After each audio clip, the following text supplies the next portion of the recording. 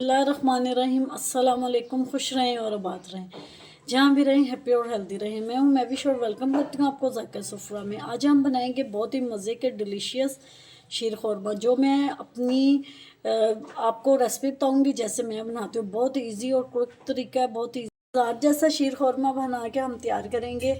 Video आपने and तक ज़रूर वॉच करनी है। अगर आपको मेरी वीडियो थोड़ी सी भी पसंद आ रही हो तो लाइक कर दीजिएगा। अगर हमें चैनल पर न्यू है तो ज़ायका सुफ़रा को सब्सक्राइब कर दीजिएगा। आइए इस मज़ेदार से रेसिपी को बनाना शुरू करते हैं। रहमानिर्रहीम। 1 लीटर दूध ले लेंगे। मैं टेट्रा पैक का डब्बे वाला दूध यूज़ कर रही हूँ।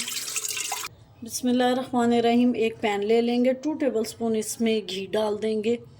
अगर देसी घी है तो आप वो भी यूज़ कर सकते हैं, लेकिन इसको ऑयल में हमने फ्राई नहीं करना। अब इसमें ड्राई फ्रूट डालेंगे, जिसमें मैंने कोकोनट ले लिया, किशमिश ले लिया, बादाम ले लिया और खजूरें ली हैं खुश्क वाली। फ्लेम पे हम लोग इसको फ्राई कर लेंगे।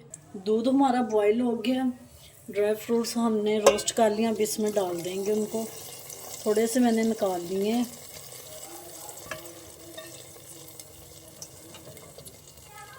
क्योंकि इनके साथ जो ड्राई फ्रूट्स पकते हैं दूध के साथ, वो बहुत मज़े के लगते हैं।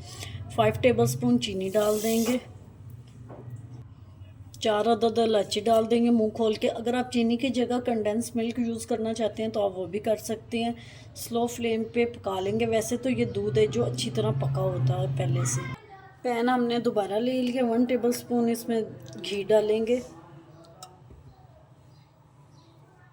1 कप मैंने सवैयाँ ले ली हैं, जिनको मैंने बिल्कुल बारीक कर लिया। आप किसी भी ब्रांड की कोई भी सवैयाँ मोटी पतली यूज़ कर सकते हैं। खुली सवैयाँ भी आजकल तो जगह जगह इनके स्टॉल लगे हुए हैं, और वो भी यूज़ कर सकते हैं। बिल्कुल स्लो फ्लेम पे हमने इसको अच्छा सा गोल्डन सा कलर देना है। इतना हमने पकाना है कि ये अच्छी सी पक जाए, क्योंकि अगर फ्लेम हमारी हाई होगी तो वो फिर साइडों से ये ब्लैक होना शुरू हो जाएंगी। स्लो फ्लेम पे इनको पका लेंगे अच्छी तरह। सवैयों का कलर बहुत अच्छा प्यारा सा आ गया। अब इसको भी दूध में डाल देंगे और स्लो फ्लेम पे पकाएंगे। 1 लीटर में 1 कप दूध बिल्कुल परफेक्ट मेजरमेंट है। माशाल्लाह जी, हमारा शीर ख़ुरमा बन के तैयार हो गया। ऐसा ही हमने अभी इसको रखना है पतला, क्योंकि जब ये ठंडा होगा और ये गाढ़ा होता जाएगा। अब इसको डिश आउट करते हैं। अल्हम्दुलिल्लाह जी, हमारा शीर ख़ुरमा बन के तैयार है। उम्मीद करती हूँ आपको मेरी आज की रेसिपी पसंद आई होगी। पसंद आई हो तो लाइक शेयर कमेंट ज़रूर कीजिएगा। Thanks for watching. मिलते हैं नेक्स्ट वीडियो के साथ। तब तक के लिए अल्लाह हाफिज़।